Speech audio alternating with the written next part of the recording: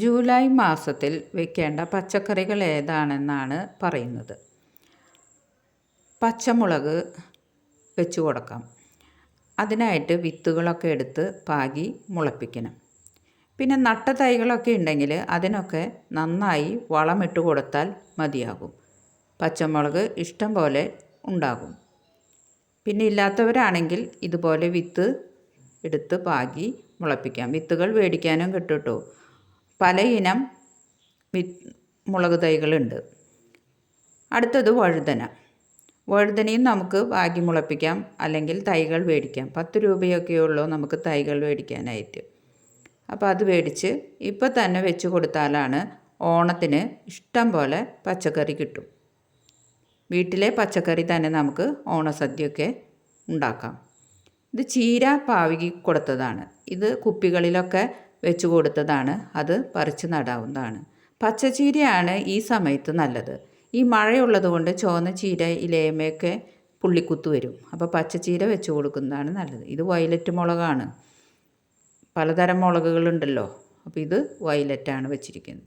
പിന്നെ നമ്മുടെ ഇഞ്ചി നമ്മൾ വെച്ച് കൊടുത്തിട്ടുണ്ടെങ്കിൽ വളമൊക്കെ ഇട്ട് നമുക്ക് ഓണത്തിന് ഇഞ്ചിക്കറിയൊക്കെ ഉണ്ടാക്കാനായിട്ട് ഇഷ്ടം പോലെ ഇഞ്ചി കിട്ടും. അപ്പോൾ ഇല്ലെങ്കിൽ ഇഞ്ചി കവറുകളിൽ ഗ്രോ ബാഗുകളിലൊക്കെ വെച്ച് കൊടുക്കാം.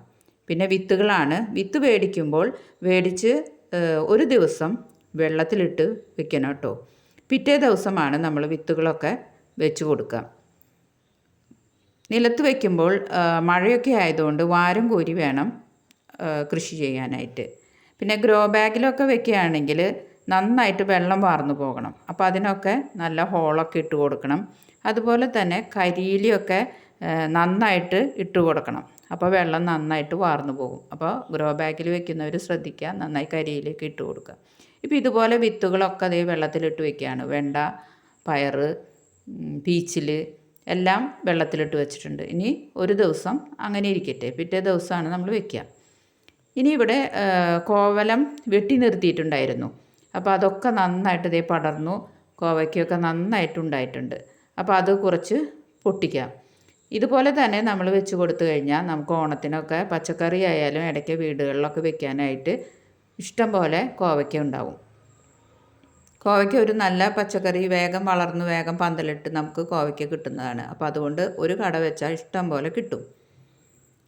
ഇത് 2-3 വെറൈറ്റി ഉണ്ട് കേട്ടോ. ഇപ്പോൾ ഇതിലിത് കോവയ്ക്ക ചെറുതാണ്. ഇതിൻ്റെ നീട്ടനുള്ളതുണ്ട്. അത് കാണിച്ചു തരാം. കോവലത്തിൻ്റെ തണ്ട് വെച്ച് പിടിപ്പിച്ചാൽ അതൊരു 3-4 കൊല്ലത്തോളമൊക്കെ നിന്നോളും. നമ്മൾ ഇടയ്ക്കൊന്ന് കട്ട് ചെയ്ത് കൊടുത്താൽ മതി. അപ്പോൾ കുറേ കാലം നിൽക്കും കേട്ടോ ഈ ഒരു തണ്ട് തന്നെ.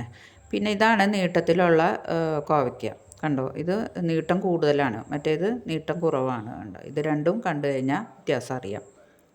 പിന്നെ ഇത് വെച്ച് കൊടുത്താൽ നമുക്ക് വീടുകളിലൊക്കെ ഇടയ്ക്കിടയ്ക്ക് കറി വയ്ക്കാനുള്ള പച്ചക്കറി കിട്ടും കേട്ടോ.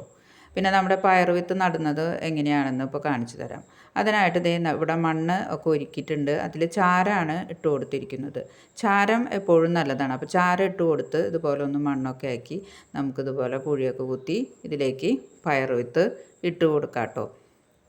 പിന്നെ പലതരം പയറുകളുണ്ട്. വള്ളിപ്പയറുണ്ട്, കുറ്റിപ്പയറുണ്ട്, അങ്ങനെ പലതരം പയറുകളുണ്ട്.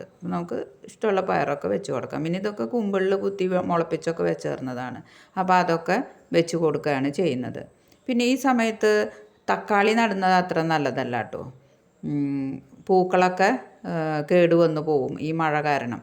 അപ്പോൾ അതുകൊണ്ട് തക്കാളി ഈ സമയത്ത് വേനലാവുമ്പോൾ നടുന്നതാണ് നല്ലത്.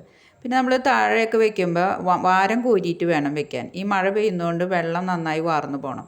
അപ്പോൾ കുറച്ച് മണ്ണ് വാരം കോരിയിട്ട് വേണം പയർ വിത്തൊക്കെ നടാനായിട്ട്. പിന്നെ നമ്മൾ മുളപ്പിക്കാനായിട്ട് മണ്ണും മണലും അതുപോലെ തന്നെ കുറച്ച് വളവും സ്യൂഡോമോണസും ഒക്കെ ഇട്ടിട്ട് ഇതുപോലെ മണ്ണ് ഒരുക്കുകയാണ് ചെയ്യുന്നത്. ഇങ്ങനെ മണ്ണ് ഒരുക്കിയിട്ട് പീച്ചിലാണ് വെച്ച് കൊടുക്കുന്നത്. അപ്പോൾ ചെറിയ പോട്ടൊക്കെ ഉണ്ടെങ്കിൽ ഇതുപോലെ മണ്ണൊക്കെ സെറ്റ് ചെയ്ത് ഇട്ടിട്ട് നമുക്ക് പീച്ചിലിൻ്റെ വിത്തും അതുപോലെ വെണ്ട വിത്ത്, ഇത് വെള്ളത്തിലിട്ട് വെച്ചേർന്ന വെണ്ട വിത്താണ് ഇപ്പോൾ പാവി മുളപ്പിക്കാനായിട്ട് വെച്ചിരിക്കുന്നത്.